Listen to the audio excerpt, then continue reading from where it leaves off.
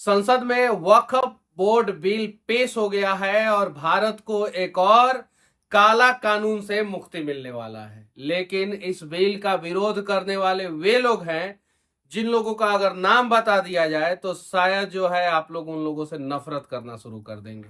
तमिलनाडु में एक हिंदू गांव है जहां पे 1500 साल पुराना मंदिर है और उस गांव का एक व्यक्ति जब अपना जमीन बेचने गया तो रजिस्ट्रार ऑफिस से कहा गया कि आप वक्फ बोर्ड से पहले एनओसी लेके आए, क्योंकि उस गांव के लोगों को पता ही नहीं था। वक्फ बोर्ड ने उस पूरे गांव को अपनी प्रॉपर्टी घोषित कर दिया था।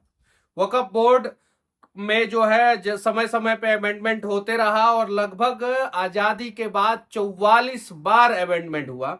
1995 और 2013 उसमें महत्वपूर्ण है। 1995 में असीम शक्ति दे दी गई वक्फ बोर्ड को, लेकिन 2013 में तो ऐसा कर दिया गया कि वक्फ बोर्ड के निर्णय को कोई चैलेंज भी नहीं कर सकता है।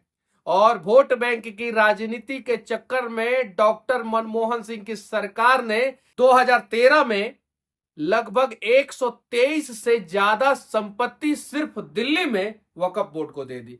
कल को ये वक्फ बोर्ड वाले कहेंगे कि संसद भवन हमारा है तो फिर सुप्रीम कोर्ट में आप चैलेंज नहीं कर सकते हैं। ताजमहल पे भी इन लोगों ने अपना आधिपत्य जमाने का प्रयास किया। सूरत कॉरपोरेशन का जो बिल्डिंग है उसको भी वक्फ बोर्ड बोलता है कि ये हमारा है। जरा सोचिए, कल को आपके गांव के पूरे प्रॉपर्टी को वक्फ बोर्ड ने कह दिया कि ये हमारा है, आपको पता भी नहीं चलेगा, और सालों बाद जब अपनी जमीन बेचने जाएंगे तो रजिस्ट्रार ऑफिस कहेगा कि पहले वक्फ बोर्ड से परमिशन लेके आए। इन्हीं सब नियमों में सुधार के लिए बिल पेश हो चुका है। वर्तमान समय में भारत में अगर सबसे ज्यादा किसी एक संस्था के पास जमीन है तो भारतीय सेना, लगभग 18 लाख एकड़ जमीन जो है भारतीय सेना के पास है। उसके बाद से जो है भारतीय रेलवे, लगभग 12 लाख एकड़ जमीन जो है भारतीय रेलवे के पास है। और उसके बाद से तीसरे नंबर पे आता है वक्फ बोर्ड, जिसके पास 9,40,000 एकड़ जमीन है।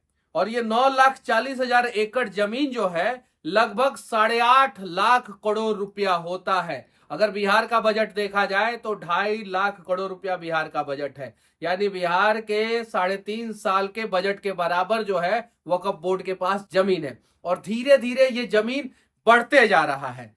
1995 में एक नियम लाया गया वक्फ बाय यूजर, यानी अगर जो है किसी जमीन पे कोई अल्लाह का अगर कोई वंशज जो है काम कर रहा है और वो बोल दिया कि ये जमीन जो है, ये मस्जिद जो है, ये पूरा एरिया जो है हम वक्फ बोर्ड को दे दिए, तो वो पूरा प्रॉपर्टी जो है वक्फ बोर्ड को चला जाता है। अगर वो प्रॉपर्टी किसी हिंदू का है या सरकार का है या गरमजरुआ जमीन है या दिल्ली का कोई गोलंबर हो, चौराहा हो, चौराहे के बीच में जो है दिल्ली में अक्सर आपने जो है देखा होगा मस्जिद और भी बहुत सारी चीज, इन सब चीजों के वजह से सबसे ज्यादा नुकसान किसको हुआ, समझने वाली बात है।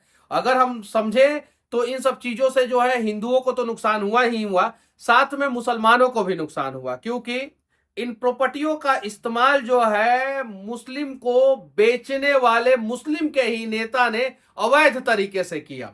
और उस वजह से जो है मुसलमानों में गरीबी बढ़ती गई। मुसलमानों को जो है सही ट्रैक पे लाने के लिए इन लोगों ने कुछ व्यवस्था नहीं किया।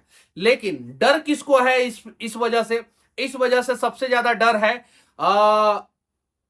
दलितों को, पिछड़ों को, स्वर्ण समाज के लोगों को, और अगर रिलीजन वाइज देखा जाए तो हिंदू को, जैन को, सिख को, पारसी को, यहूदी को, बौद्ध को, जो भारत में रहते हैं उन लोगों को डर है। क्योंकि उनके प्रॉपर्टी पे कभी भी जो है वक्फ बोर्ड आके कहेगा, एक दिन आके कहेगा कि अमृतसर का जो गोल्डन टेम्पल है वो वक्फ बोर्ड की संपत्ति है। उसके बाद से लड़ो, क्या करोगे? एक दिन आके बोलेगा कि राम मंदिर वक्फ बोर्ड की संपत्ति है, लड़ो, क्या करोगे? पटना में भी जो है डाक बंगला चौराहा के पास चले जाइए तो एक साइड जो है कहा जाता है कि पूरा वक्फ बोर्ड की संपत्ति है, एक साइड पूरा वक्फ बोर्ड की संपत्ति है। अरे नहीं भाई, वो सरकार की संपत्ति है, वक्फ बोर्ड की संपत्ति नहीं है। और इसी में संशोधन के लिए सरकार एक बिल ला रहा है। मैं तो सरकार से बोलूंगा कि संशोधन क्यों कर रहे हो भाई? वक्फ बोर्ड की जितनी भी संपत्ति है वो सारी संपत्ति जो सरकार अपने अंडर में ले ले।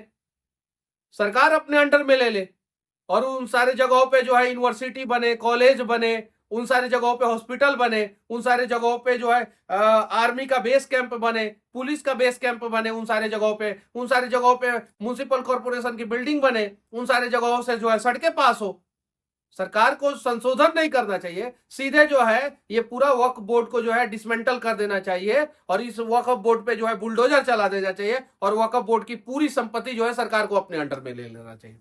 बाकी आप वक्फ बोर्ड के बारे में क्या जानते हैं? क्या वक्फ बोर्ड की सारी संपत्ति को सरकार को अपने हाथों में ले लेना चाहिए कि नहीं लेना चाहिए? वक्फ बोर्ड को पूरी तरीके से मतलब कि निरस्त कर देना चाहिए कि नहीं कर देना चाहिए? इस पे आप लोग अपना राय जरूर रखें। और अगर वक्फ बोर्ड को असीम ताकत मिलते जाएगा तो फिर ये वक्फ बोर्ड जो है भारत को भी बांग्लादेश बनाने का प्रयास करेगा और बांग्लादेश की स्थिति आप सभी देख सकते हैं कि कितना भयावह हो चुकी है और वहां पे मुसलमान और हिंदू सभी लोग परेशान हैं।